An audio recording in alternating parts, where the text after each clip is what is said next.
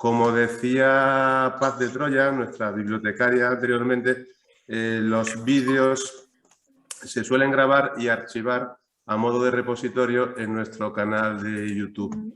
En él podréis encontrar también, si no me equivoco, un reciente encuentro también con Fausta Antonucci que tuvimos hace poco en un ciclo que nos gusta especialmente, que se llama Bibliotecario por un día.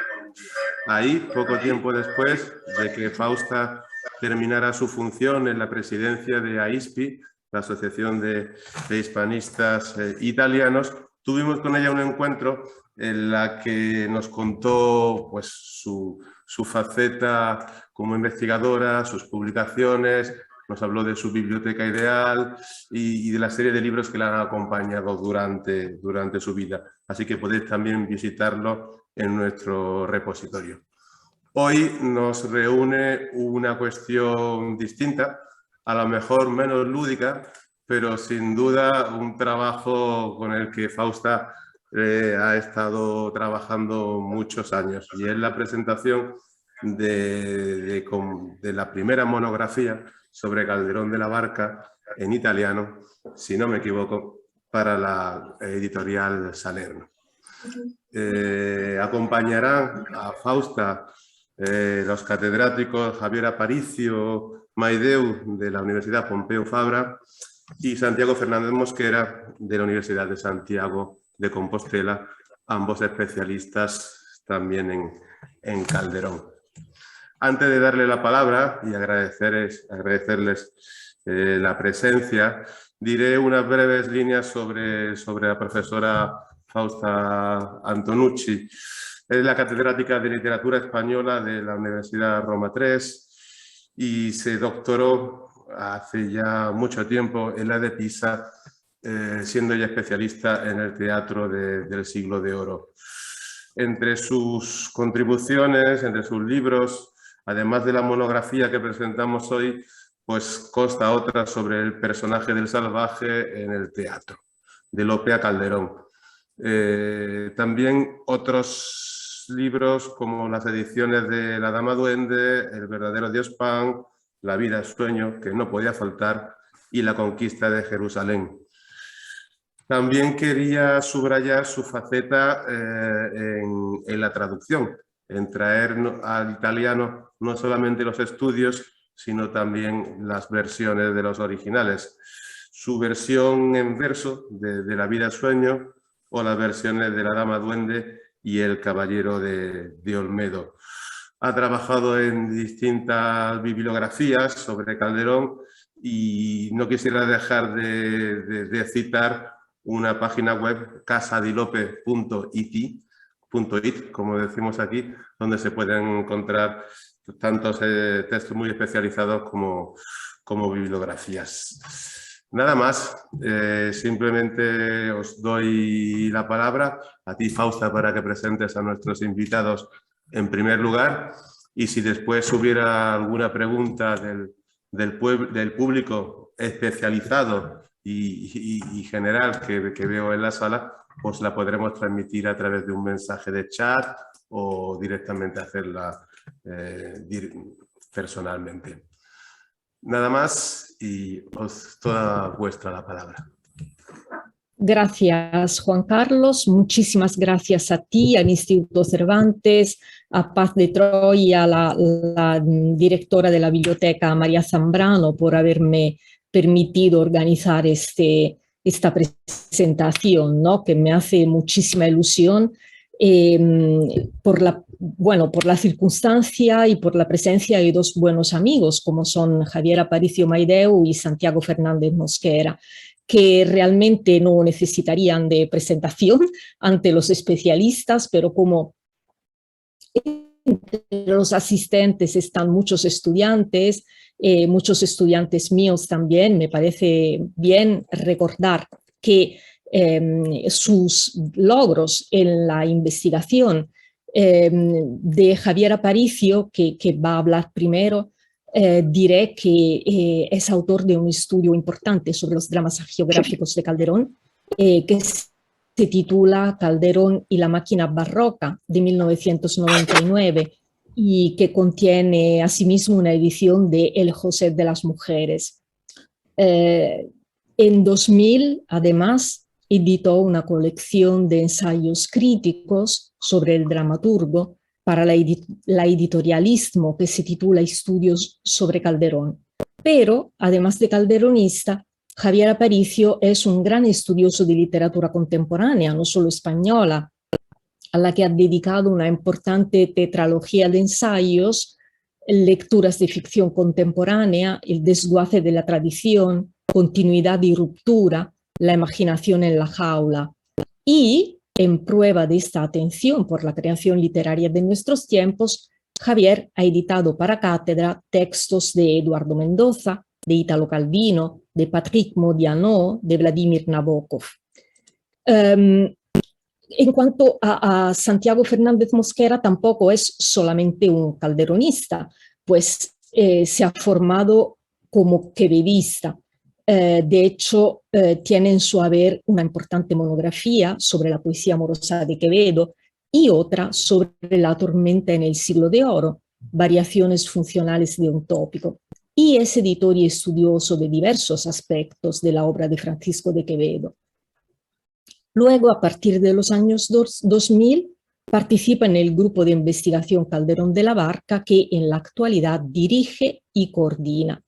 Y en este marco, además de dirigir numerosas tesis doctorales de edición y estudio de comedias calderonianas, editó en 2007 las comedias de la parte segunda para la colección de la Biblioteca Castro. Sus aportaciones a la interpretación de la dramaturgia calderoniana son numerosas e importantes y muchas se reúnen y se plasman en su monografía Calderón, texto, reescritura, significado y representación de 2015. Me queda por decir que es presidente de honor de la Asociación Internacional Siglo de Oro. Como veis, dos calderonistas, dos estudiosos, amplio, digamos, con amplios intereses, y la verdad que estoy súper agradecida a ambos por haber querido estar aquí y callo ya y les cedo la palabra. Gracias.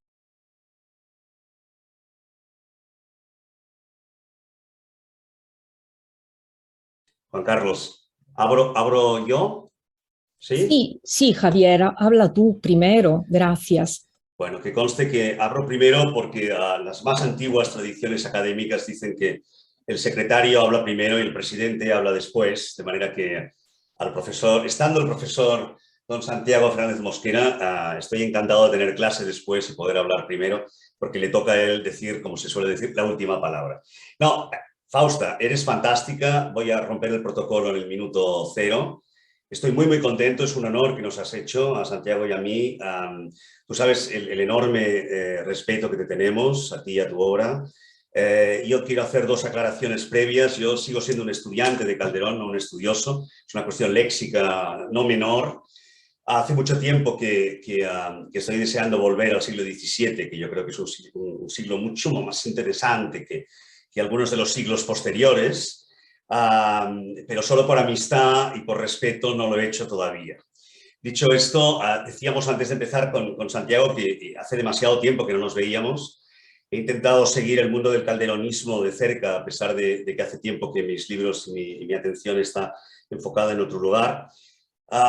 Estando Santiago aquí, Fausta, si te parece, a mí me gustaría hablar, imaginando que él hablará de la letra menuda, de la letra más calderonista y calderoniana de tu libro, me gustaría hablar de tu libro sin necesariamente tener que empezar hablando de Calderón. Verás, me explicaré. Dado que tenemos a colegas y muy queridos, he visto a Simone Trecca y a una exalumna mía, gracias a ti, y a Simone, que es Hilaria, por ahí la he visto. Creo que vale la pena que desde mi posición, que ya no es de calderonista, si alguna vez lo he sido en activo, decir algunas cosas que creo que merecen ser dichas, porque tu libro no es un libro para hispanistas, creo que esto es muy importante para la gente que nos escucha. No creo que sea un libro para hispanistas, que también, pero creo que es un libro que va mucho más allá y no voy a caer en los tópicos de las presentaciones de libros que como tú sabes estoy acostumbrado a ellas, pero es verdad que tú has hecho un esfuerzo, yo diría, triple. En primer lugar, cuando el director de nuestro Cervantes en Piazza Navona nos decía si ese libro todavía había salido en castellano o estaba por salir, etcétera, y yo me he apresurado a decir todavía no. Creo que el mejor elogio que se le puede hacer a tu libro así de entrada es que es un libro que no es para calderonistas italianos, no es para estudiantes de filología hispánica italianos, es un libro para cualquier amante del mundo de la cultura por 3 motivos, yo creo. Primero, porque es un libro que no tiene necesariamente más destinatario cautivo, más lector cautivo, que aquel al que le guste Calderón, el teatro, la historia de nuestros clásicos, y digo nuestros en plural, no los hispánicos junto con los italianos, junto con los isabelinos, todos juntos en una inmensa fiesta. Y creo que tu libro trabaja no desde una óptica especialmente de calderonista y hispanística, sino desde una óptica mayor. El segundo, por tanto, no creo que sea un libro para ser leído en Italia, y yo espero y confío que muy pronto podamos decir que existe una edición española, porque además estamos faltos de una edición así. El libro de Cruikshank, digamos, funciona de otra manera, tiene unos objetivos distintos, los dos podrían ser perfectamente complementarios, y tu libro lo que hace es introducir, sumergir al lector no solamente en la obra de Calderón, sino en el contexto en el que la obra de Calderón se hizo, y si me permites, o si me permitís, aún más, algo más difícil, y es esa especie de danza constante que tienes en tu libro conforme vas avanzando en la lectura con Calderón y también con la recepción de Calderón. Es decir, es casi simultáneo. Tú hablas de Calderón, pero no hablas de Calderón de forma monolítica, hablas de Calderón a través de la recepción que Calderón ha tenido, a través de la historia crítica o de la recepción crítica de Calderón, a través de las lecturas que se han hecho de Calderón, algunas, como tú dices muy bien, no necesariamente rigurosas desde el punto de vista filológico o incluso literario, y otras claras y descaradamente políticas, que se han apropiado de él, como si, como decías tú con Italo Calvino, ¿no? Como si alguien pudiera tener la potestad de apropiarse de un clásico. Calderón es un caso muy evidente. Casi nadie habla de los personajes femeninos de Calderón y de la fuerza enorme y moderna que tienen, y todo el mundo, pues durante muchísimos tiempos, durante muchas décadas, desafortunadamente han hablado de otro Calderón, ¿no? Que es el Calderón que interesaba a determinados espurios intereses, en aquel momento además de espurios oficiales. De manera que yo quisiera decir que la profesora Antonucci ha conseguido una cosa muy bonita para el lector del libro, que es no dar una foto fija de Calderón, sino darnos constantemente un Calderón en movimiento. En realidad es un ensayo cinemático, se mueve. Calderón se mueve, no es el mismo el que es leído por Goethe o por Schelling o por Fichte, del Calderón leído por los hispanistas más sesudos durante mucho tiempo. Tampoco es un Calderón especialmente dirigido, el de su libro, a los estudiosos de Calderón. Yo creo que los estudiosos de la ópera o los estudiosos de los clásicos del siglo XVII o los amantes de la cultura barroca pueden sentirse extraordinariamente felices con una lectura como la del libro de Fausta, y por lo tanto yo no pondría el libro de Fausta Antonucci en el mismo anaquel de los manuales sobre los grandes autores. Yo quizá porque me he ido convirtiendo más en un comparatista que en un hispanista, y echo mucho de menos libros como el de la profesora Antonucci, que pretenden efectivamente que no dejemos de vista, por ejemplo, quién escribe mientras escribe Calderón, y qué importancia tiene en la historia de la música del 17 Calderón, y no solamente en la historia de la literatura, y por qué Calderón, igual que otros dramaturgos del siglo de oro, sabían muy bien que además era un negocio, además de un arte era un negocio. Algunos, los malos, evidentemente, solo lo entendían como negocio y no como arte, porque no podían controlar el segundo, y sí el primero. Pero creo que es muy interesante ver que en este libro lo que hace Fausta, y no voy a decir sin quererlo, porque sé que lo quiere, es inyectar vocación por el teatro, yo diría que en cada párrafo del libro. Yo creo que esto es muy fácil de decir en una presentación hermosa como la de hoy. Estamos muy, muy contentos, pero creo que es muy difícil de escribir, es muy difícil de hacer. Y creo que le debemos por lo menos los españoles, le debemos el que Calderón exceda de sus horizontes, de sus jaulas, y que haya podido, digamos, convertirse en un autor, más allá de un autor del siglo de oro y más allá de un autor español, y más allá, incluso me atrevo a decir, de un autor de teatro.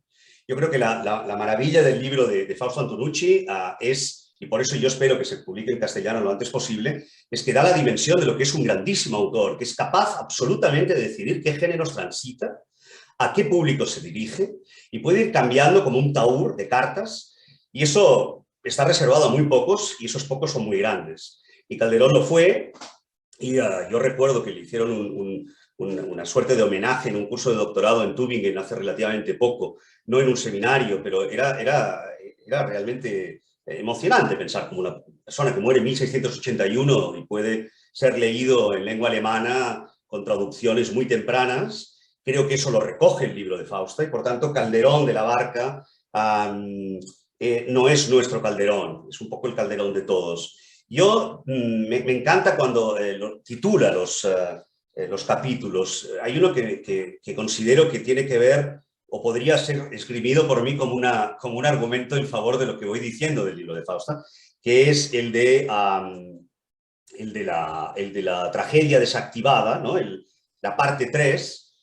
Me encanta además que sea la parte 3 y no el capítulo 3, por razones obvias que todos sabemos, pero creo que en el modo de titular sus capítulos, Fausta ya demuestra que su libro no es un libro más que intenta beber de aguas ajenas, ella que conoce tan bien la obra de don Pedro Calderón de la Barca, sino que es un libro para que nos entusiasmemos con el autor.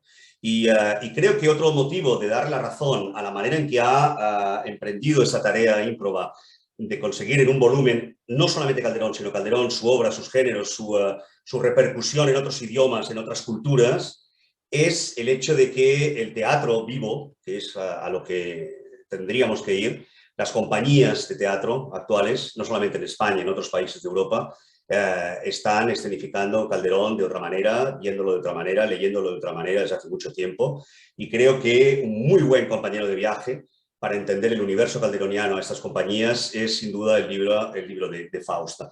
Incluso mucho más allá del destino que pueda tener evidentemente en las bibliotecas más egregias de todos los departamentos de literatura, que naturalmente también. Pero creo que la contribución de Calderón de la Barca de Fausto Antonucci es sobre todo para los amantes del teatro y también para los que no están especialmente o específicamente dedicados al teatro o no son especialmente seguidores del teatro clásico, pero conocen muy bien a los clásicos y la visión de Fausta de qué es Calderón y por qué Calderón es un clásico, como decía Calvino, ¿no? Porque jamás dejará de decir lo que tiene que decir, creo que es una contribución igual o mayor. Y yo me quedo con esta porque a la contribución del libro de Fausta a los estudios de Calderón es obvio que va a poder hablar con muchísimo más conocimiento que yo, Santiago, de manera que, bueno, esto es un poco lo que yo quería transmitir, que no es un libro, como decía Gabo, no es un libro que asuste a los muchachos, ¿no? A los estudiantes. Creo que es un libro en el que todos somos estudiantes a la vez. Los que hemos leído mucho a Calderón, los que no tanto, los que quieran acercarse a un dramaturgo que, por ejemplo, en Alemania o en Polonia o en Italia o en Francia, en Avignon, ¿no? o en los festivales españoles e iberoamericanos, sigue teniendo un predicamento enorme. Y creo que das mucha luz sobre los otros Calderones que están escondidos detrás de esa máscara, de esa efigie que has puesto en la cubierta del libro, que es ese Calderón insondable y que sirvió a determinados propósitos. No sé, yo me enamoré, voy a acabar con una anécdota, pero yo me enamoré de Calderón, todo el mundo quería ser lopista en mi época de estudiante. Santiago, no te rías, te veo muy pequeñito en la cámara, pero estás muy lejos, pero sé que te estás riendo. Yo me enamoré de Calderón por sus mujeres. O sea, me pareció que las mujeres de Calderón son extraordinariamente atrevidas y valiosas. Y me pareció que todo lo que decían los manuales de la época, de Balbuena, ¿no? Esos manuales de Balbuena sobre Calderón, pues a lo mejor no decían toda la verdad, ¿no? Seguramente decían la verdad, pero no toda la verdad. Y yo creo que esta renovación, esta lectura iluminada de Fausta va a hacer que los manuales anteriores pues vayan quedando relegados, porque yo creo que eso es ley de vida y sobre todo es ley académica, pero no porque es más moderno que los anteriores, sino porque lo lee mejor. Y esta es un poco mi modestísima contribución y quiero acabar dándole las gracias a Fausta. Para mí, sabes que es un privilegio. Tú lo has dicho muy bien, yo no me siento calderonista, pero sí lector de Calderón, eso sí, hasta el final. Y para mí ha sido un honor estar contigo y con Santiago y con nuestros amigos del Cervantes de Roma. y sobre todo muchísimas gracias, como te decía, no por invitarme, que eso es lo menor, sino, como diría Calderón, por haber hecho el libro, que es lo mayor. Javier, muchísimas gracias por tus palabras generosas. Bueno, me han surgido muchos comentarios, pero yo creo que esto lo vamos a dejar para luego, ¿no? Y le doy, bueno, si doy yo el turno de palabra, Santiago, te toca a ti, te doy la palabra y yo me callo. Muy bien, muchas gracias. También yo quiero subrayar el honor y la oportunidad que Fausta nos ha brindado para poder hablar de su libro y que es, como acaba de decir Javier, mucho más que su libro de Calderón. Es un Calderón en parte diferente, pero en parte clásico en todo el sentido de la palabra, que eso es una de las circunstancias que más me gustó a mí de la propuesta de Fausta. Le agradezco a Javier que haya empezado él, porque así ya me marcó mi camino, y ya que él decía que hablaba de segundo como secretario, no olvides, Javier, el refrán del que da primero da dos veces. Y entonces yo creo que has dado dos veces en el clavo. Pero yo me zafaré para retomar tu invitación, y ya que has hecho un viaje externo del libro tan importante y tan necesario, como tú decías, yo me voy a centrar más en aspectos concretos del estudio de Fausta. Hay muchas cosas que me gustaron. Claro, en una presentación de un libro siempre se espera una suerte de panegírico más o menos hiperbólico de las aportaciones de los autores. A diferencia de Javier, yo no estoy acostumbrado a las presentaciones de libros porque todos mis autores están bastante muertos, pero es un género que es un poco difícil de aquilatar, sobre todo cuando tenemos un abanico de oyentes, espectadores probablemente tan variado, desde especialistas duros del autor hasta probablemente estudiantes que Calderón les queda ahí un poco a trasmano, tal vez. Para todos, como aquel libro de Montalbán, es un para todos el libro de Fausta. Les sirve a todos, les va a servir a todos. Por ejemplo, las 10 primeras páginas del Teatro del Siglo de Oro, Caratteristiche e Luogo Teatrali, deberían ser de obligada lectura para todos los alumnos de teatro, incluidos los del bachillerato español por lo menos. Quien escribe esas 10 páginas sobre la introducción al teatro en general ya podía dejar de escribir las otras 200 o 300 que tiene el libro. Porque para escribir eso hay que conocer el teatro de pe a pa, de una manera además tan digerida que resulta admirable, y yo lo miro con mucha envidia, porque no, como dijo Fausta, yo no empecé con el teatro, empecé con la poesía y todavía me sigo confundiendo en las comedias quién es el amante, quién es el malo, quién es el bueno, de qué Inés o de qué Don Juan se habla. Esas carencias son las que no tiene ni tendrá nunca Fausta, que entiende las obras desde el mismo título. Y esa proyección de esa interpretación tan singular también se demuestra en otra de las cualidades que puede pasar inadvertida, que son las traducciones. Que me he parado a disfrutar las traducciones que hace Fausta de las obras. Vamos, no se me ocurren algunos romances o cualquier otro género más difícil de traducir, porque en las traducciones se ve no solo la capacidad de comprensión de la autora en este caso, sino la capacidad que tiene para expresarlo en un italiano al mismo tiempo elegante, pero no rebuscado, pero que yo creo que por lo que sé de italiano y que lo que sé de español, refleja clarísimamente lo que el autor dice. Bien, leyendo las propuestas de las obras, ya también tenemos otro otro síntoma de calidad de este libro, que pudiera parecer poca cosa las traducciones, pero seguro que le ha dado a Fausta algún dolor de cabeza en alguna de las citas. Y por seguir con estas impresiones generales, otra cosa que me encantó es el índice, la estructuración del libro. De la misma forma que pasaba con las 10 primeras páginas de introducción, un estudiante de Calderón puede hacer la fotocopia del índice de Fausta y tiene una idea desde el índice de qué es Calderón. Así, simplemente con el índice, porque el índice va creciendo. Lo decía Javier, ¿no? Que es una obra en movimiento y va creciendo esa obra. Y es cierto, y coincido también con Javier, que yo creo que el culmen de la obra es la parte tercera y ese concepto, ese sintagma tan apropiado de la tragedia desactivada, ese concepto de la tragedia desactivada, que yo intenté decirlo de manera bastante peor y explicarlo en otros casos porque no me salía algo tan redondo como eso, pero eso significa entender lo que hay a Calderón, eso significa negar a todos los colegas, como ella hace, a todos los colegas que se inventan tragedias donde no hay y son comedias, y en esa pelea que sabe también Fausta que yo mantengo con muchos colegas anglosajones sobre interpretaciones que yo creo que son, vamos a decir, desajustadas, ¿no? Javier decía que interesadas por el momento en el que se emitía esa valoración, pero yo creo que son totalmente desajustadas.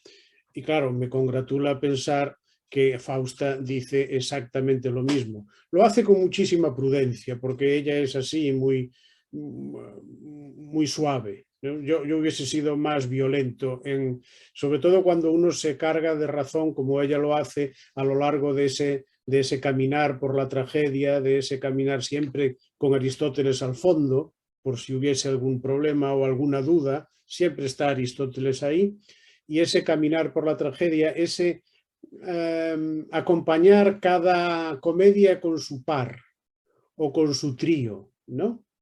Claro, siempre a los picajosos dirán, ¿y por qué no incluye esta? Bueno, no incluye esta porque su discurso está montado sobre estas.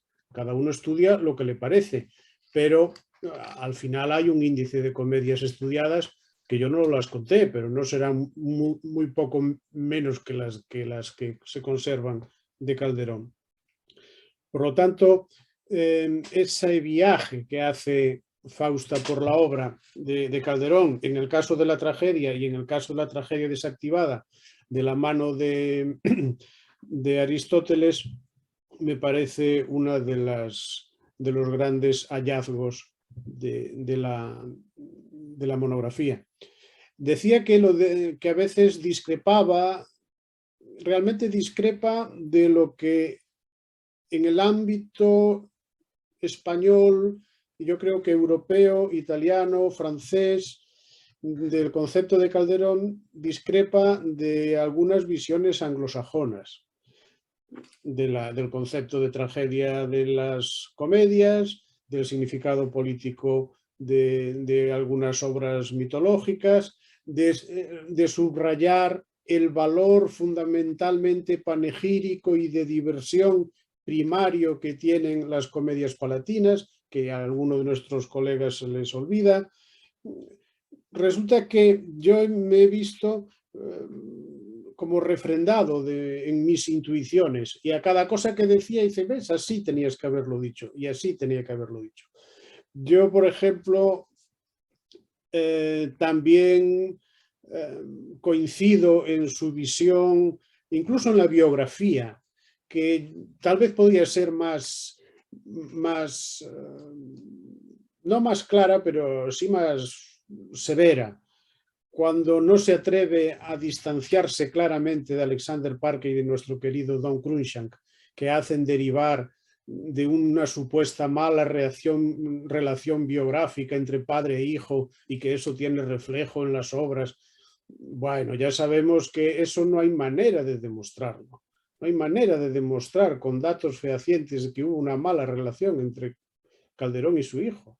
¿Y por qué seguimos con aquella aquella impresión de Alexander Parker que nuestro querido Don no quiso desmentir, pero no, es difícil de mantener eso y Fausta lo insinúa, lo dice, lo matiza y queda ahí, pero los que sabemos leerlo, lo leemos así, otros tal vez no se den por aludidos. En cualquier caso, lo que más me gustó del libro en general, es un poco egoísta decirlo, es la coincidencia de la visión general que se tiene sobre Calderón. El hallazgo de ese concepto de la tragedia desactivada en las comedias palatinas, ya por supuesto en las comedias normales, en las comedias de capa y espada, todo eso ordenado, incluso también temporalmente, los grupos de obras que analiza, que me parece un hallazgo, ¿cómo decirlo? Un hallazgo interpretativo, pero también un hallazgo de ordenación de la obra de Calderón. Cómo se pueden ordenar las piezas, por su significado y por su evolución. Naturalmente, las observaciones que hace sobre la tragedia conyugal, de nuevo, otra vez, para reafirmar nuestra visión sobre el concepto de honor. Eso ya es un problema más antiguo, pero que todavía está latente, sobre todo en aquellas personas que no están acostumbrados a la lectura de Calderón, que a estas alturas se nos vuelva a echar en cara que Calderón es un escritor reaccionario y este tipo de cosas. Es doloroso tener que oírlo y ahora ya tenemos munición para contestar a esa respuesta con el libro de Fausta, porque el libro de Don Cruikshank, que es otro mundo, es otro concepto, es complementario de este, no nos servía para este tipo de argumentación. Pero ahora sí.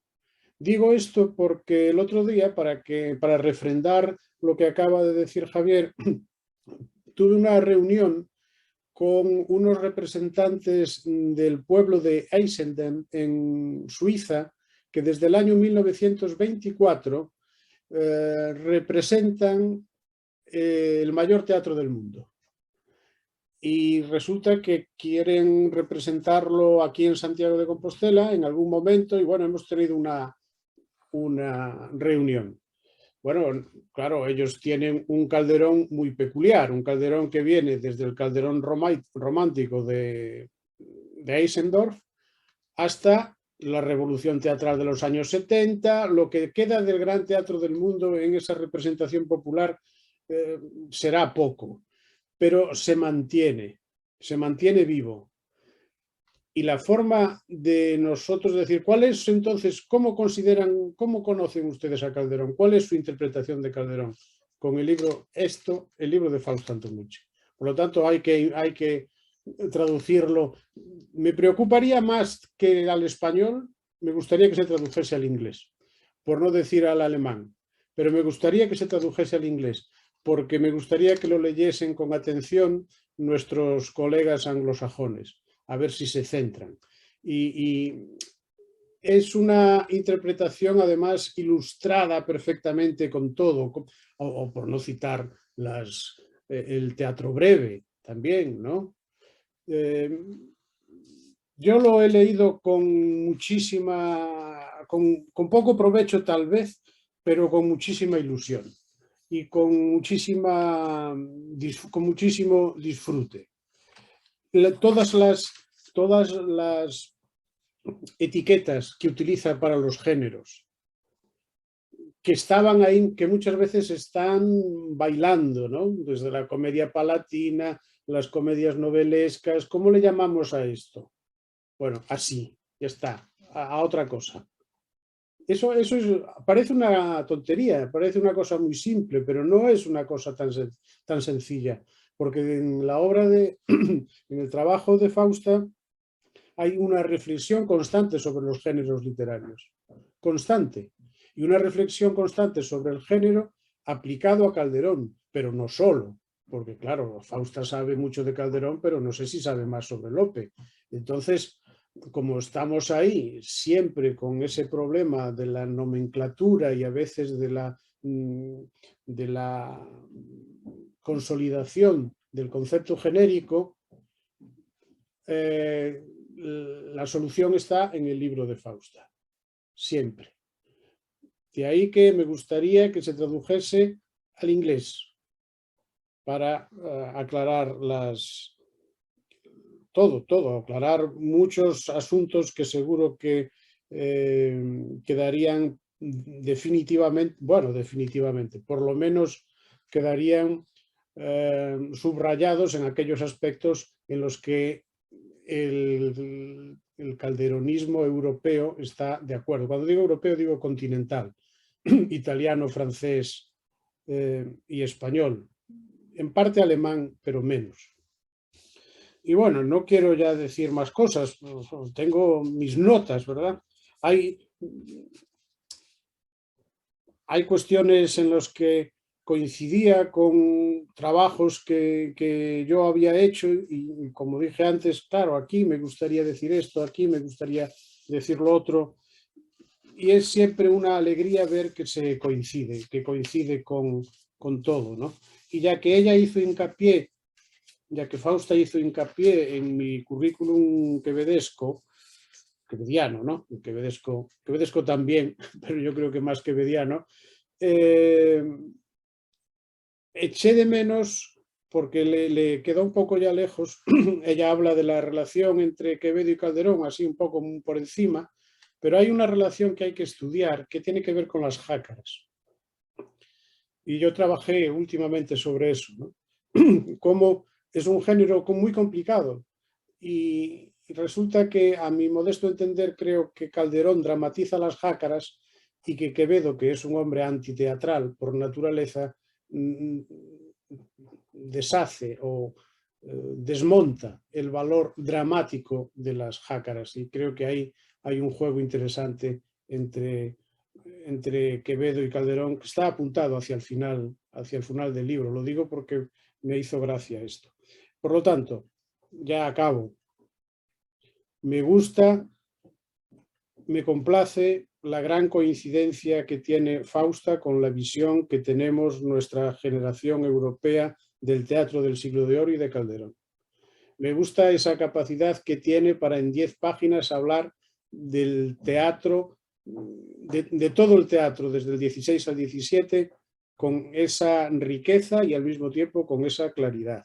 Me gustan las traducciones, me gusta el concepto de tragedia desactivada, que en esta semana hemos tenido un congreso en Logroño y ya lo pude aplicar, ese concepto que tendrá mucho éxito y mucho futuro. Creo que es un hallazgo magnífico. Claro, se echan de menos cosas, pero es inevitable porque no se puede hacer todo y hacer un libro de 1000 páginas durante toda la vida, pero eso es inevitable. La obra es una obra redonda, fácil de entender, como decíamos, no sé si estábamos ya abiertos o no en nuestros comentarios, está escrita con una limpieza magnífica, con una perspicuitas, puestos ya pedantes, ¿no? Pero con una limpieza y claridad admirable, que se echa de menos ya en nuestros trabajos, porque a veces no sé si es el embrollo teórico o la poca habilidad que tenemos algunos para la redacción, somos más oscuros que los propios autores, una especie de Vera Tasis o González de Salas en nuestra forma de escribir.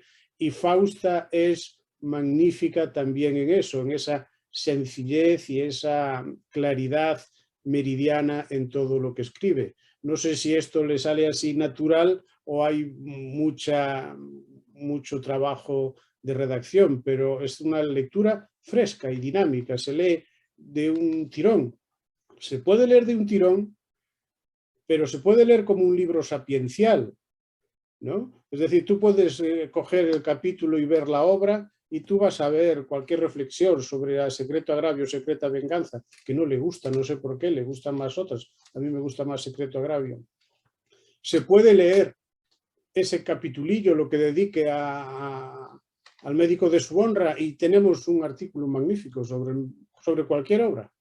Y por lo tanto se puede leer y se debe leer como una obra entera, en movimiento, como decía Javier, en progresión, pero también se puede leer como un libro sapiencial,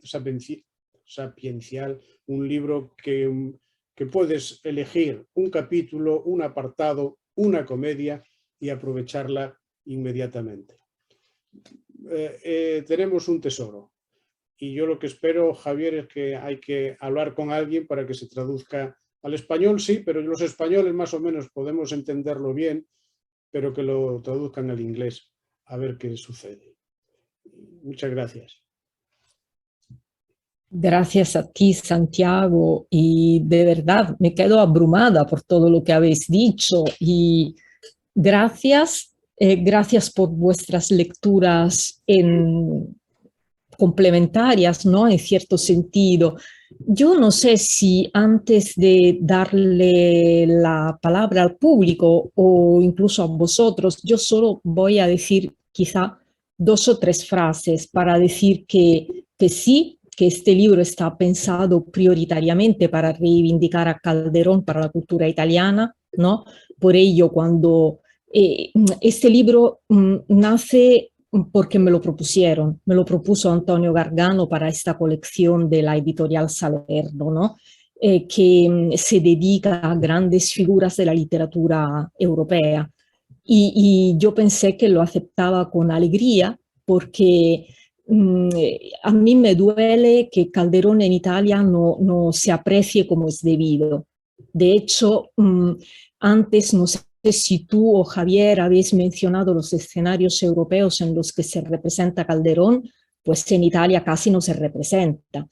Y yo creo que debido fundamentalmente a esos grandes prejuicios que lastran la apreciación del siglo XVII en la cultura italiana, ¿no? Por todo lo del anatema de Croce contra el barroco y, en fin, cuestiones, la historia, ¿no? De Italia que influye en la recepción de ciertos autores de ciertas épocas. Luego, lo de la ordenación por géneros, aunque sobre todo tú, Santiago, sabes muy bien durante cuánto tiempo, ¿no? Me ha venido obsesionando este tema. He intentado por todas las maneras que no, digamos, que esta obsesión no se transparentara en el libro, es decir, que fuese solamente una exigencia de reflexión previa que me ayudase a ordenar el enorme material calderoniano, porque por lo visto, ante la imposibilidad, ¿no? de una cronología segura, que es la forma de ordenación que sigue Don Cruikshank en su biografía admirable, que para mí ha sido, vamos, la biografía de Cruikshank siempre estaba en mi mesa, ha sido un trabajo de referencia más que obligado, pero yo me sentía incapaz de seguir, de ordenar mi trabajo según una cronología, máxime porque a mí lo que me interesaba era indicar, subrayar temas, motivos, formas de tratar grandes problemas que luego se vertían en distintos moldes genéricos. Con lo cual pensé, bien, voy a adoptar digamos, la pauta de los géneros, pero para que me ayude a ordenar, no para que me obsesione en decir, sí, esto es extremar, no sé cómo decirlo, la rejilla genérica, ¿no? Que esto nunca me ha gustado, como tampoco me han gustado nunca las polémicas excesivas. Por eso cuando Santi tú decías que yo soy suave, es que es una elección, no es que yo no tenga mis antipatías o mis rechazos críticos, pero siempre considero que hay que expresarlas con respeto del parecer de los demás, porque al fin y al cabo no nos matamos para eso, ¿no? Quiero decirte, estamos aquí discutiendo y lo que debe primar, creo yo, es la pasión y el interés por lo que estudiamos. Y también eso de la tragedia desactivada, yo la verdad que no puedo precisar, que tú has dicho que te parece un hallazgo, yo no puedo precisar cuándo ni cómo se me ocurrió. Yo sospecho que ahí al fondo están tantas conversaciones, sobre todo en el periodo en el que junto con las amigas francesas, con Florence Dartois sobre todo, estuvimos discutiendo tanto tiempo sobre el modelo de tragedia y, en fin, yo creo que nació en algún momento de esas conversaciones, de esos seminarios y también el Congreso de 2013 en el que estabas tú también, ¿no? En París, sobre la tragedia, cuando se presentó para la habilitación francesa, el médico de su honra, junto con la hija de la gran Semira. No lo recuerdo, pero era así, recuerdo que versaba sobre tragedia. En fin, yo me callo porque gracias por lo que habéis dicho de la traducción, porque por supuesto me encantaría pues que se tradujera a castellano, más bien porque yo siento como es muy extraño, ¿no? Yo, por supuesto, al escribirlo en italiano, para mí ha sido más fácil, para que no voy a mentir, ¿no? Escribir en mi propia lengua, sin ninguna duda, me permite más matices y más soltura que escribirlo en castellano. ¿Me ha obligado a traducir? Sí, pero también me he divertido allí, ¿sabes, Santiago? Ha sido una diversión, porque para mí traducir es un juego, es una diversión. Ahora, claro, que si se traduce al castellano o incluso al inglés, yo encantada de la vida. No, ya veremos lo que surge, pero gracias por apuntarlo. Y yo me callaría esperando a ver si hay preguntas, incluso de parte vuestra, de parte del público, lo que sea. Gracias, en todo caso, gracias, de verdad.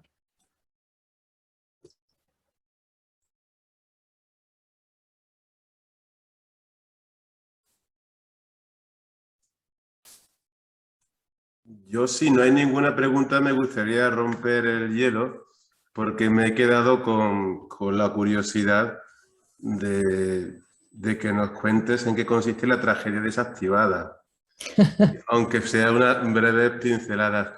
Sobre todo porque, claro, al ir a ver el índice, que tengo aquí el libro que está en la biblioteca del Cervantes, en la biblioteca María Zambrano, he visto no la trampa, pero veo que la segunda parte es Calderón y la tragedia. Pues, sin embargo, la estrella del libro toma la tercera parte, de que ya desde el principio el profesor Javier Aparicio dijo que era su parte central más importante. Tú tienes dos partes del libro, Fausta, sobre la tragedia, pero una de ellas, primero, es la introducción sobre el dramaturgo y su comitenti, luego Calderón y la tragedia, y la tercera es la tragedia desactivata. Le has querido dar una parte del libro a este concepto tuyo. ¿Nos puedes dar una breve pincelada sobre en qué consiste? Sí, claro que sí. Muy brevemente se agrupan bajo este rótulo esas obras que en algún momento han dado lugar a dudas sobre si son tragedias o no son tragedias. Es decir, obras que son fundamentalmente serias, como por ejemplo los dramas históricos o los dramas hagiográficos. Entonces, pongo por caso, y aquí Javier me corregirá porque él es el gran especialista, pero en fin, un drama hagiográfico tiene un final de muerte, porque el santo o la santa padecen martirio, pero no es la misma muerte, evidentemente, que la del final del médico de su honra. Juan Carlos, gracias. Es que no sé, se ve un poco desenfocado, ¿no? Se ve al contrario, tal vez. No, se ve. Yo lo veo. Entonces, la idea que rige este rótulo es que hay componentes de la tragedia, es decir, hay seriedad, hay intención en cierta medida didáctica, ¿no? Por ejemplo, en los dramas históricos, o bien también con respecto, por ejemplo, a los dramas mitológicos o comedias mitológicas. De eso sabe mucho Santiago, ¿no?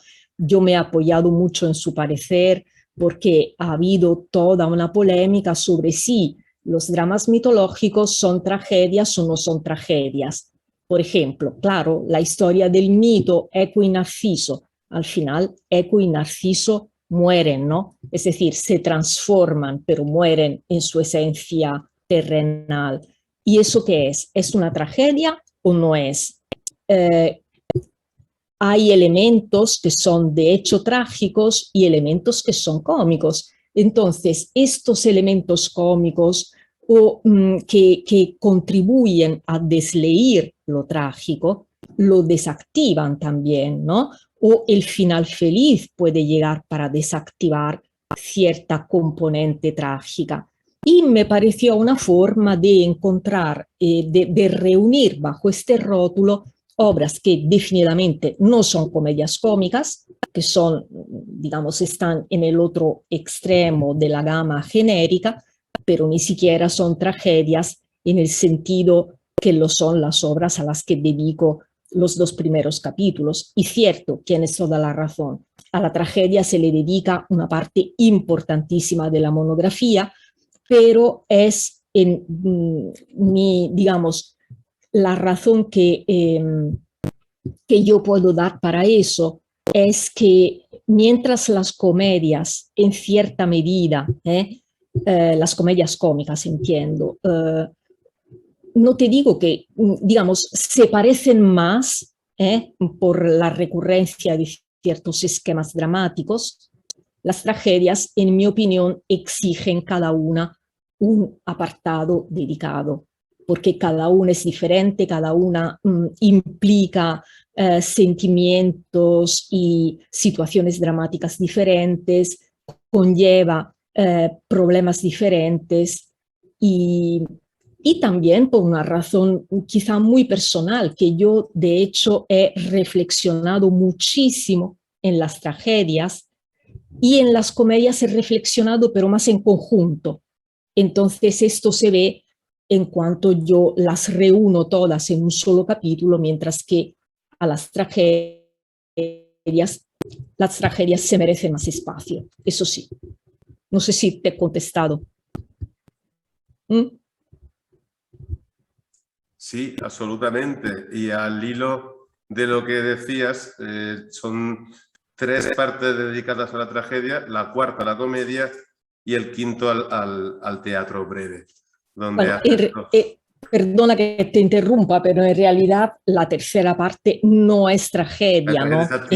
En mi sentir, porque es desactivada. De hecho, son híbridos, ¿no? En el mejor sentido de la fórmula de la comedia nueva, quizá.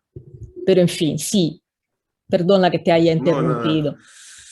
Y simplemente terminaba diciendo que la quinta parte, el teatro breve, Tra cielo e terra, se divide en los autos sacramentales y el cómico breve y la comedia burlesca. Bien, no sé si hay alguna otra curiosidad, pregunta o comentario de alguien. Bueno, yo si me permitís, como me esperan mis estudiantes, me arrogo la potestad de decir 2 cositas. Una sobre el libro, recogiendo lo que ha dicho Santiago. Podríamos hacer la broma teórica de los paratextos, ¿no? Santiago ha dicho una cosa muy interesante, que es lo fácil que parece crear etiquetas y poner títulos, ¿no? Los famosos paratextos, y lo difícil en realidad que es, ¿no? Y quiero poner un ejemplo más, Santiago, que yo creo que es una muy buena lección para nuestros queridos estudiantes o para nuestros incipientes colegas. Por ejemplo, en la 241, cuando empieza el capítulo 8, el subcapítulo 1, dice los inciertos confines de un subgénero menor. Creo que tenía toda la razón el profesor Fernández Mosquera cuando decía lo fácil que aparenta esto. Eso es muy difícil, porque significa que debajo de la etiqueta, del rótulo, como decía Fausta, hay una suerte no sé cómo decirlo, ¿no? de silencio elocuente, ya que estamos hablando de Calderón. Es decir, de modo en que la gente joven tiene que entender que no todo está escrito, que los que enseñamos estamos constantemente aprendiendo, como los neurólogos, no menos, y que por lo tanto hay efectivamente confines inciertos. Y yo espero que los haya durante muchos años más, porque el día que algún algoritmo deje de considerar inciertos algunos confines, una parte de nuestra labor, que es una labor de lectores, se morirá. De manera que creo que hay muchas lecciones sotto voce en el libro de Fausta. Y quería también decir una cosa sobre nuestro director y sobre la directora de la biblioteca, Zambrano, y sobre el director del Cervantes. Creo que es muy importante no detenerme yo un segundo en la tarea del Cervantes, o de los Cervantes en general, cuando también se acuerdan de los libros sobre nuestros clásicos, sobre los famosos canónicos. Es decir, la difusión de la cultura hispánica o española se puede hacer de muchas maneras, pero no sé por qué tengo la sensación yo, y junto conmigo otros colegas, de que a veces la cultura ya no se acuerda de lo que un día fue la cultura literaria canónica o la literatura clásica en el sentido estricto. Y quiero decir que el Cervantes haya querido presentar el libro de Fausta hoy demuestra que las cosas van bien y que podemos asegurar que la cultura hispánica no es la nueva cultura hispánica, sino también la cultura hispánica que no necesita más etiquetas, ¿no? Y Calderón, o Lope, o Cervantes, o Machado, o Valle Inclán, pues sin duda lo son, ¿no? Así que muchísimas gracias al Cervantes, y mi querida Fausta y mi querido Santiago, es un placer veros y sobre todo escucharos. Así que, Fausta, muchas gracias por invitarme. Si no hubiera sido por ti, desde luego no me hubiera atrevido nada más que entrar como estudiante. Santiago, gracias. Espero que nos veamos pronto, y entonces le podamos pedir a Fausta que nos dedique el ejemplar. Gracias, Javier. Gracias. Lo mismo estoy deseando yo. Un beso. Muchísimas gracias. Hasta pronto. Gracias mil. Sí, yo también quería aprovechar esta intervención de Javier tan oportuna para felicitar al Cervantes y a la bibliotecaria y a su director por esta iniciativa, porque cuando viajamos por el mundo nos encontramos, claro, Cervantes institutos Cervantes en muy distinta condición. Hacer una presentación de un libro sobre Calderón en Roma, claro que es más fácil que hacerlo en algún otro lugar en el que no haya una vinculación tan directa de la cultura con la cultura española del 17. Pero yo echo de menos en algunos Cervantes esa atención a nuestra cultura del siglo de oro en general, ¿no? Siempre lo decía cuando era presidente de la AISO, y lo mantengo siempre que puedo. Es difícil llevar el siglo de oro a ciertos lugares, pero hay que intentarlo. Y sobre todo en Norteamérica. Tenemos entre nosotros hoy como escuchante a nuestra querida Carmela Mazza, y ella sabe la importancia de la difusión que tiene la cultura del siglo de oro en Estados Unidos. Es cierto que también el Cervantes de Chicago hizo cosas sobre el siglo de oro, y también el de Nueva York, hasta donde yo sé, pero hacerlo en Roma marca una perspectiva distinta. Y entonces me permito felicitar a nuestro director en Roma por dar acogida a esta actividad tan importante como la difusión del libro de Fausta. Creo que es una de sus funciones esenciales en un nivel diferente a las que se suelen hacer. Si me permitís, yo como bibliotecaria de la Biblioteca María Zambrano, a mí me ilusiona mucho tener aquí el Fondo AISPI, que es un fondo especial de esta biblioteca que recoge las contribuciones de la Asociación de Hispanistas Italianos. Invito a todos los participantes en este foro de hoy a que nos envíen sus trabajos, sus monografías, sus artículos, que nosotros difundimos, que tenemos todos en el catálogo y difundimos luego en formato PDF a todas las personas que nos lo solicitan. Tenemos ya una colección estupenda que tiene además un subcatálogo en el catálogo general que se puede consultar independientemente. como bibliotecaria que he sido de Chicago, fue mi primer trabajo, y de la biblioteca también de Nueva York, puedo certificar esta difusión que se hace del trabajo de los sigloristas en estos centros. Y yo siempre he dicho que conocerlos es amarlos. O sea, tú no puedes amar a una persona que no conoces. Y yo creo que si se aprende a conocerlos, se aprende a quererlos, porque hay mucha pasión en lo que escriben. Creo que es muy fácil enganchar a la gente joven en la literatura del siglo de oro, pero hay que enseñarla. No podemos estar callados, hay que darla a conocer por todos los medios. Si tiene que ser jugando, pues jugando que sea, pero que lo conozcan, que sean como de la familia, vamos. Gracias, Paz. Y aprovecho para decir a los estudiantes que nos están escuchando que la Biblioteca María Zambrano también es un lugar para ellos, ¿no? Es decir, un lugar a donde pueden ir para consultar libros, para leer, para pedir el préstamo, ¿verdad? Que tengan en cuenta que también tienen esa casa, ¿no? Para consultar los libros, que antes se me olvidó decirlo, pero como están muchos estudiantes escuchando... Sí, así vale. es. Y además está la biblioteca electrónica para los que vivan lejos, Claro. Que cada vez tiene más ejemplares, creo que ya rondamos los 20.000, y es una biblioteca que tiene de todo, pero está también muy enfocada hacia la literatura y hacia la enseñanza del español como lengua extranjera. Y bueno, pues es un medio de conocer la bibliografía a través de los recursos electrónicos que tenemos también disponibles. Mira, Paz, veo que Marco Presotto quiere hacer una pregunta y Juan Carlos le ha dado la palabra. No sé si querrá ¿Sí me oye? hablar. Sí. Hola, sí, hola. Hola, ¿qué tal? Perfectamente. Bueno, pues no sé si tenemos tiempo para volver a hablar de Calderón. No sé, a lo mejor os estoy complicando un poco la organización, pero estaba allí escuchando tantas cosas tan interesantes y a raíz también de lo que acaba de decir la directora. La pregunta que quería hacer un poco, no sé, a los tres, partiendo de Fausta, el libro, ¿no? Calderón, la función autor, ¿no? Estamos, por lo tanto, lo digo más que nada para los muchos estudiantes que nos están escuchando, ¿no? Estamos, por lo tanto, en una época en la que estamos recuperando la función autor como productor de discursividad, ¿no? Y Calderón, entonces, porque me ha llamado la atención, ¿no? Hace poco ha salido, relativamente poco, ha salido la monografía, ¿no? De Sánchez Jiménez sobre Lope. Hay una tendencia ahora, se está viendo un poco esta tendencia a escribir, a reescribir la historia de la literatura a través de los autores, ¿no? Y quería preguntar qué os parece, cómo lo veis, de qué manera os parece que estos fundadores de discursividad, ¿no? Pueden ayudar a recuperar una idea de patrimonio cultural y, como decía la directora, quizás comunicar, ¿no? A las nuevas generaciones una idea distinta, ¿no? De aproximación al texto literario, en este caso al texto teatral.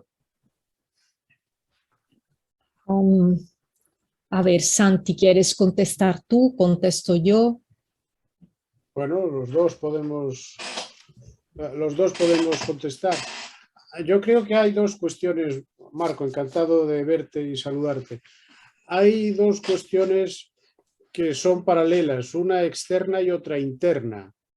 Es decir, una que tiene que ver solo tangencialmente con el estudio y la promoción de los autores como persona, como elementos de discurso, como acabas de decir, y otra más vinculada a una revisión del análisis de la historia literaria a partir de las figuras, ¿no?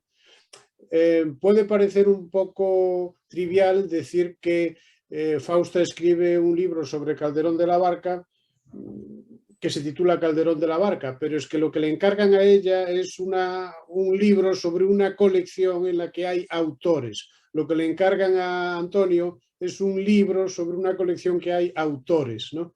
Entonces, eso es un factor externo que no tenemos que olvidar y no podemos negar las necesidades editoriales que son, en el fondo, las visiones que se proyectan con reflejo después en el análisis del discurso literario. No sé si esta colección que dirige Antonio Gargnano es solo de autores o se basa solo en autores. Probablemente sí, ¿no? Como grandes figuras. No sé si hay un correlato italiano de Dante, Petrarca, etc.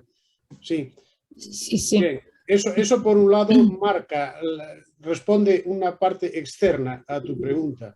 La parte interna más interesante y más creativa es, estamos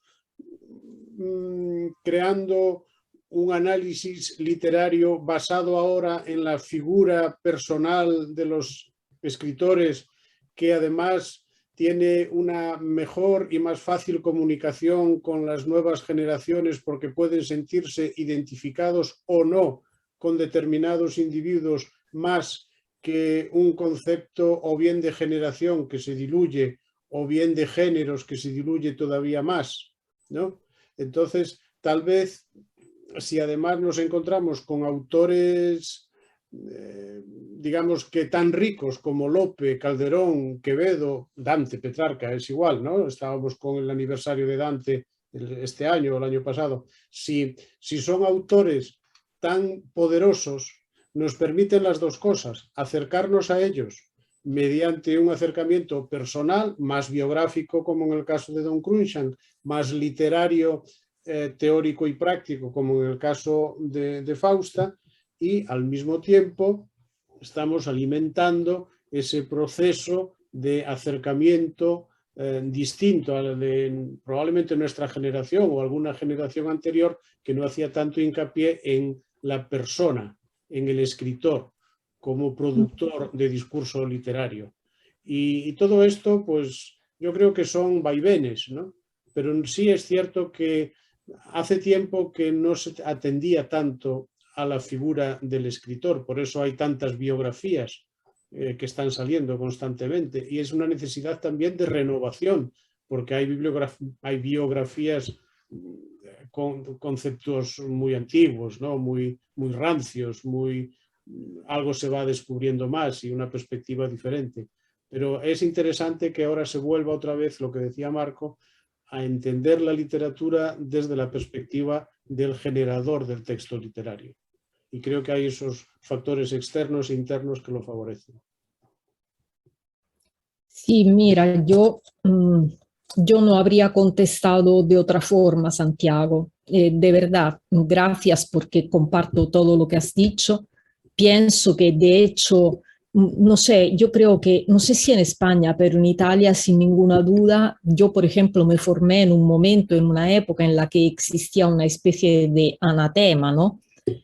Hacia la figura del autor, es decir, lo único que contaba eran los textos, ¿no? Desprendidos de cualquier contexto, era el dogma del estructuralismo, con un dogma que por otra parte nos ha formado a un análisis extremadamente profundizado de los textos. Yo no reniego de esa estación, pero sí entiendo que a partir de cierto momento se ha empezado, por ejemplo, a abrir la mirada al campo literario, a las relaciones entre literatos, la relación entre el literato y su mundo, su sociedad, su forma de vivir, ¿no? Que es como ahora tantos proyectos que están cundiendo alrededor de la figura del autor, de las polémicas literarias.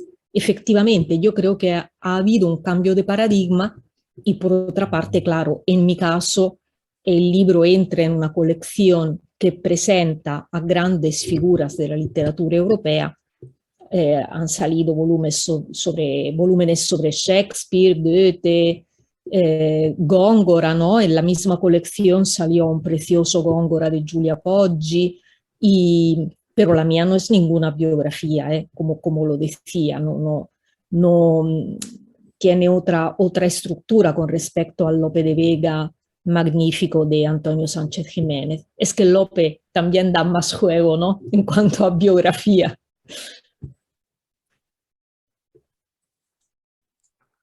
Fausta, yo no he podido dejar de hacer una de mis manías y es ir al índice de nombres y buscar qué autor es el más nombrado por ti y más veces. Y el que gana por goleada no puede ser de otra manera el Lope de Vega, ¿no? Que creo que nombras como en el doble o triple de páginas que cualquier otro autor citado en el índice bibliográfico. Es algo normal porque tú has trabajado tantísimo con Lope. ¿Has visto qué has podido hacer dentro de esta monografía sobre Calderón? ¿Por qué has traído tantas veces a Lope a colación? Bueno, por muchísimas razones. Hay, por ejemplo, hay López fingidos. Por ejemplo, el alcalde de Zalamea y el médico de su honra, que son dos obras mayores de Calderón, de hecho reescriben obras con el mismo título que se atribuyeron falsamente a Lope de Vega, ¿no? Ya a partir de ahí ya van 2, 3, 4, 5 citas de Lope de Vega que no es un verdadero Lope de Vega. Luego están recuerdos de Lope de Vega que yo menciono, incluso que me salen al paso en obras totalmente inesperadas, por ejemplo, en El alcaide de sí mismo, al ir a hablar del alcaide de sí mismo, que es una divertidísima comedia palatina, súper jocosa, súper divertida, me encontré con ecos del perro del hortelano de Lope. Y luego está la cuestión de la pretendida rivalidad entre el Lope de Vega anciano y el joven Calderón, ¿no?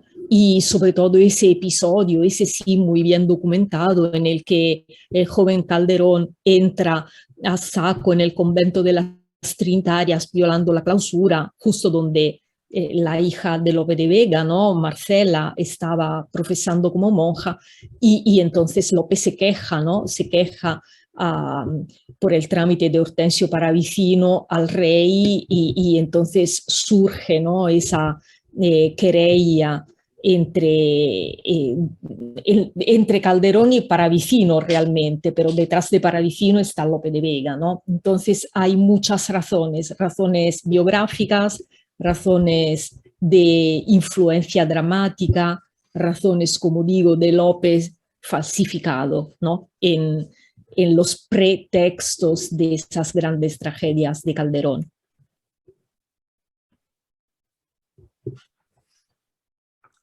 Muchas gracias. Ya veo que ha justificado muy bien todas las entradas de Lope, que son, ya digo, amplísimas. No sé si tenemos alguna otra pregunta o comentario.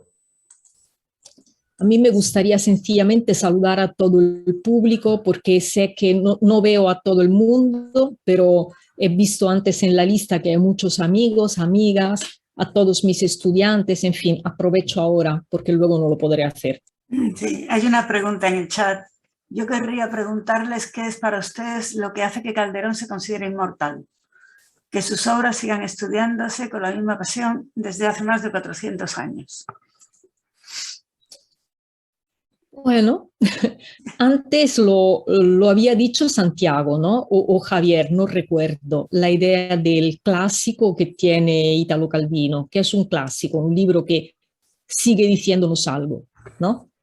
Y luego yo creo que a esta pregunta cada cual tiene que dar su respuesta. Esto se lo digo a Bianca. Bianca es una estudiante mía. Yo creo que cada cual tiene que darle su respuesta. Qué sé yo, a mí, por ejemplo, me puede gustar más La vida es sueño, a otra persona le puede gustar más El médico de su honra o tener rechazo al médico de su honra y preferir el alcalde de Zalamea. Cada uno tiene su respuesta, ¿no? Tiene su propio Calderón, si le gusta Calderón, que tampoco es una obligación. Claro, a los entusiastas de Calderón como yo tratan de, y yo en mi libro esto he tratado de hacer, ¿no? He tratado de explicar por qué, en mi opinión, Calderón sigue vigente, incluso para una mujer y para un hombre de hoy.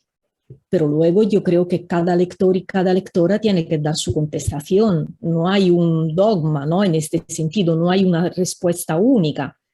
Claro que no es un autor que puede quedar confinado en los paradigmas del siglo de oro, porque si no, no estaríamos hablando hoy de Calderón, simplemente desde un punto de vista arqueológico, creo yo. Santiago, no sé si quieres añadir tú algo más. No, exactamente es eso.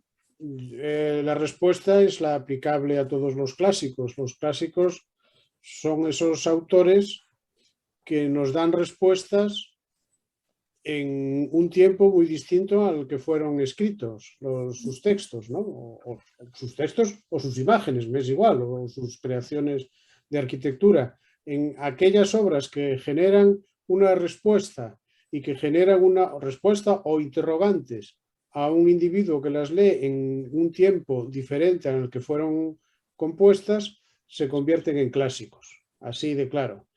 Por lo tanto, Calderón sigue planteando preguntas de tipo moral, de tipo político, de tipo social y también de tipo literario, y nosotros intentamos contestar a esas preguntas, bien desde el ámbito, como dice Fausta, desde nuestro ámbito personal, o bien desde un ámbito más filológico, apegado a los valores que tenía en el momento en que fue escrita la obra, que es algo que tampoco tenemos que soslayar. Es cierto que no podemos hacer una interpretación arqueológica constante, pero tampoco podemos hacer lo contrario, es decir, que nuestra interpretación niegue lo que realmente escribió el autor en el momento en que lo hizo, porque eso puede llevarnos a alguna confusión o a alguna interpretación que es equivocada, que es lo que le pasó a nuestros colegas del siglo XIX o del siglo XX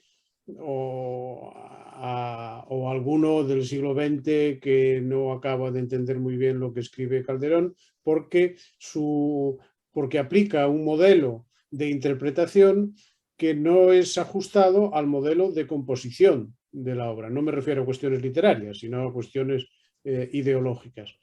Pero los clásicos tienen respuesta para todo, para un lado y para el otro, ¿no? Sin caer en el relativismo.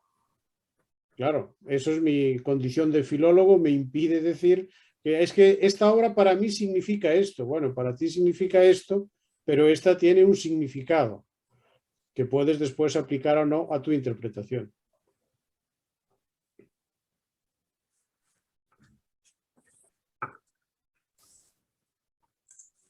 Marco ha preguntado si puede añadir una cosa. Marco. Sí, yo quería añadir la cuestión teatral, la cuestión dramatúrgica. Es decir, Calderón como un clásico en el sentido dramatúrgico del término. Calderón es uno de los autores que prácticamente cualquier compañía, cualquier ámbito de producción teatral sobre el que reflexiona. Y esto me gustaría preguntarle, bueno, a los calderonistas, ¿no? ¿Qué piensan? Es la capacidad de construir dramaturgia por parte de un autor que es una máquina, no sé si habéis podido asistir a una obra de Calderón, sea cómica o trágica, notaréis la increíble capacidad dramatúrgica de construcción del texto dramático. Y es por esto también, luego está obviamente La vida y sueño, están 2 o 3 títulos que siempre han sido parte integrante del teatro, sigue siendo, ¿no? Luca Ronconi puso en escena La vida y sueño porque efectivamente son textos que dan a la compañía la posibilidad, al director la posibilidad de reflexionar sobre los grandes temas, ¿no? Como decía bien Santiago. Y por lo tanto, yo creo que es importante recordarlo, digo principalmente a los estudiantes, que hablamos de un texto que está pensado para la escena, un texto que yo lo repito, soy, como algunos saben, soy un gran aficionado a Lope, que considero, bueno, la lectura más bonita que se puede hacer en el mundo, pero cuando vi por primera vez en el teatro a Calderón, creo que fue Casa con 2 puertas. Es que no me lo creía, es que una perfección dramatúrgica del texto, no es allí nada de, sí, está el director actual, pero el texto lo que te dice. Bueno, me callo porque podéis ver que el entusiasmo de Calderón, hacia Calderón dramaturgo para mí es algo que me supera. Gracias. El valor de Calderón dramaturgo es tal que, para desgracia de los que nos dedicamos a editarlo, supera todo. Yo descubrí el caso del Príncipe Constante La primera obra que que iba a editar yo, la primerísima de todo, era El Príncipe Constante. Y cuando vi la situación textual del Príncipe Constante me escandalicé. Anecdóticamente era un desastre El Príncipe Constante, un desastre. Y que esa obra fuese un éxito en el 17. El Príncipe Constante, por cierto, que tiene la anécdota de Paravicino, y ¿no? Cuando se mete con Paravicino, etc. Que tuviese esa repercusión social cuando se estrenó. Es decir, que creara polémica cuando se estrenó. Que después en el siglo XVIII fuese tan importante en el romanticismo alemán, en el XVIII y en el XIX. Que después lo fuese en Polonia, con la traducción de Slovatsky, que después la tomase Grotowski, que decía Grotowski que a él no le importaba para nada el texto. Pero, ¿qué texto llegó a Grotowski? No, seguramente, bueno, 4 o 5 versos de Calderón. Y sin embargo, pur si muove, que decís vosotros, y sin embargo está ahí Calderón. El texto de Calderón lo soporta todo, por eso tiene esa fuerza dramática, y lo soporta por la fuerza dramática, naturalmente, porque muchos versos no se pueden o no se mantienen porque el proceso de edición se desvanece, porque las traducciones son terribles, ¿no? Cada uno proyecta la tradición romántica, después el poeta polaco traduce desde un romántico alemán. Bueno, lo que tal queda de Calderón ahí, muy poco. Si ya en el siglo XVII la versión era muy mala, la que tenían en el propio siglo XVII el texto era muy malo, pues ya os podéis imaginar. Y sin embargo fue un gran éxito. Y sin embargo llega a Grotowski. Y sin embargo llega a nuestros días El Príncipe Constante en la última de la Compañía Nacional de Teatro Clásico. Eso es fuerza dramática de Calderón. Eso no pasa con un verso de Quevedo o de Góngora, porque se quedan por el camino si no se mantienen bien. Y eso es porque, claro, la fuerza del teatro está ahí. Acaba de salir una nueva edición de Casa con dos puertas, Marco, en Cátedra, de Juan Manuel Escudero, compañero de la otra edición de Fausta en la Academia.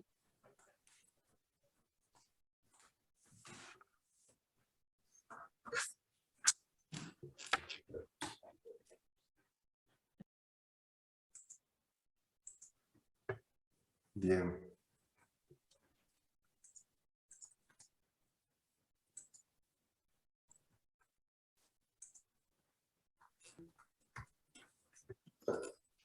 Pues si hay algo más que añadir, hablen ahora o en la próxima reunión o monografía podremos comentarlo. Tenemos todavía unos minutos y desde luego que estamos aquí muy interesados en lo que más se pueda añadir.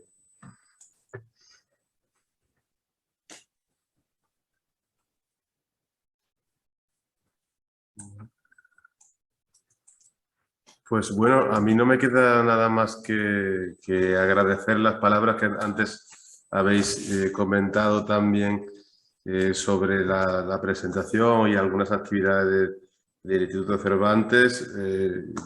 Paz ha explicado estupendamente y ha vuelto a invitaros a mandar vuestras publicaciones para el Fondo AISPI. Estamos encantados de hacer estos actos y sobre todo que tengáis la caja de resonancia en este público especializado y también general, y que bueno, va a quedar grabado y archivado en nuestro canal YouTube, estos repositorios del presente, los canales de YouTube a los que se puede acceder y se podrá acceder en el futuro desde cualquier dispositivo.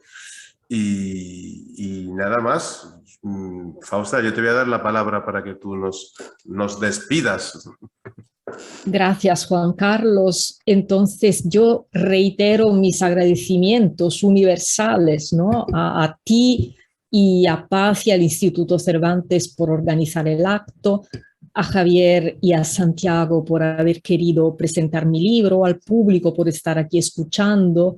Y de verdad, muchas gracias. Ya sabéis que a mí me encanta, ¿no? Ya lo hemos visto, me encanta Calderón, me encanta su teatro, me encanta su dramaturgia. Me encantará que a los lectores les guste o les haya gustado este libro. Y nada, un agradecimiento enorme, de verdad. Y hasta la próxima. Muchas gracias a ti, Fausta. Muchas gracias Hasta a todos. pronto. Hasta pronto. Y gracias a todos. Hasta la próxima. Hasta la Adiós. próxima.